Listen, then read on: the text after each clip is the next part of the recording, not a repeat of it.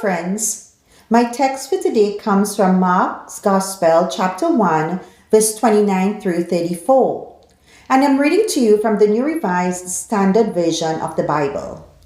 It says, "As soon as they left the synagogue, they entered the house of Simon and Andrew, with James and John.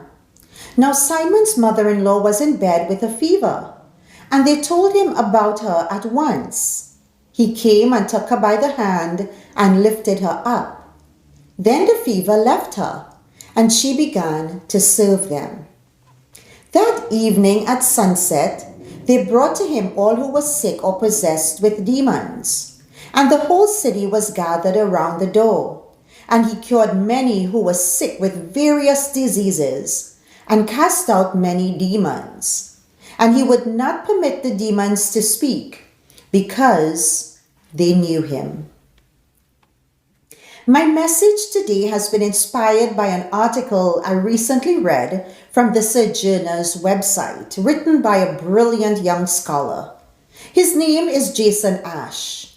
He's a minister who studied theological bioethics and pastoral care of the sick, and continues his study in the area of community psychology and behavioral medicine. Why is this information important? It's because sickness has been one of the most challenging aspects of the human race for thousands of years. With the advancement of medicine and the study of diseases, the world has improved in the way we treat infectious diseases. But many people of different cultures and religions still believe that sickness is an act of God, including fellow Christians. In Old and New Testament times, people believed that if someone was born blind, it was punishment from God for something the child's parents did. Closely related to that way of thinking is that God hears the prayers and heals the righteous, while the unrighteous suffer and die. This way of thinking is extremely dangerous and antiquated, especially during our current global pandemic. While this current virus is a beast, it's not the mark of the beast.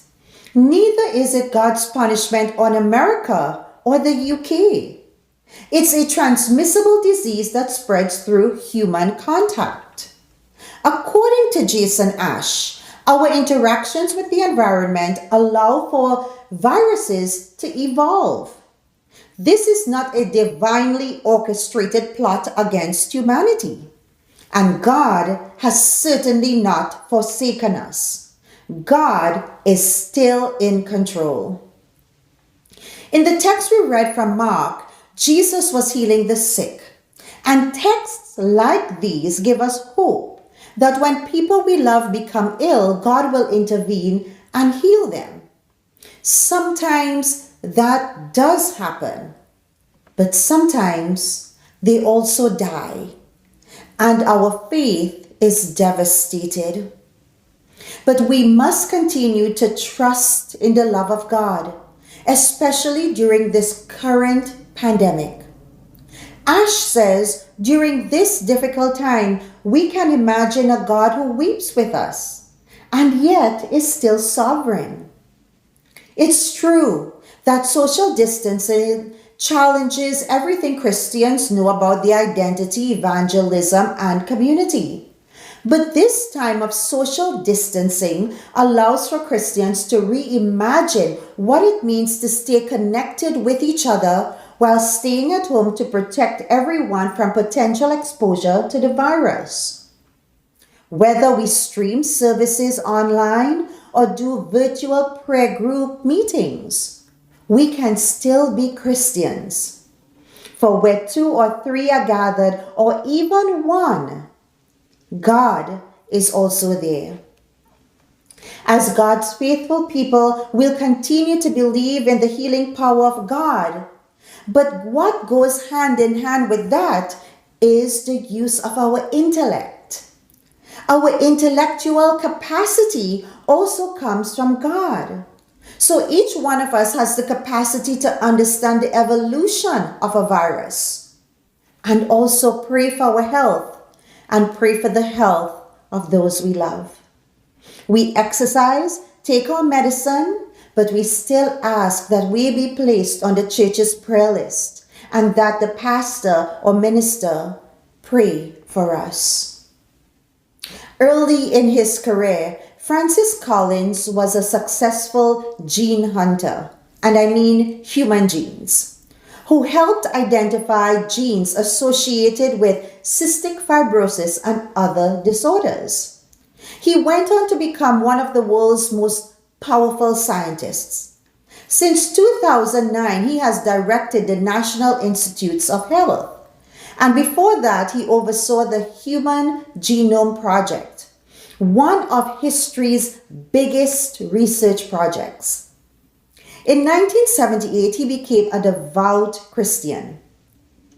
And in his 2006 best-selling book, The Language of God, Colin declares that he sees no incompatibility between science and religion. He wrote, "The God of the Bible is also the God of the genome and can be worshipped in the cathedral or in the lab." So as the world continues to face these challenging times, let us open our minds to learn about our environment and how its changes can potentially harm us. But let us also open our hearts so that compassion may pour out and move us to prayer and action to help those who suffer because of these changes.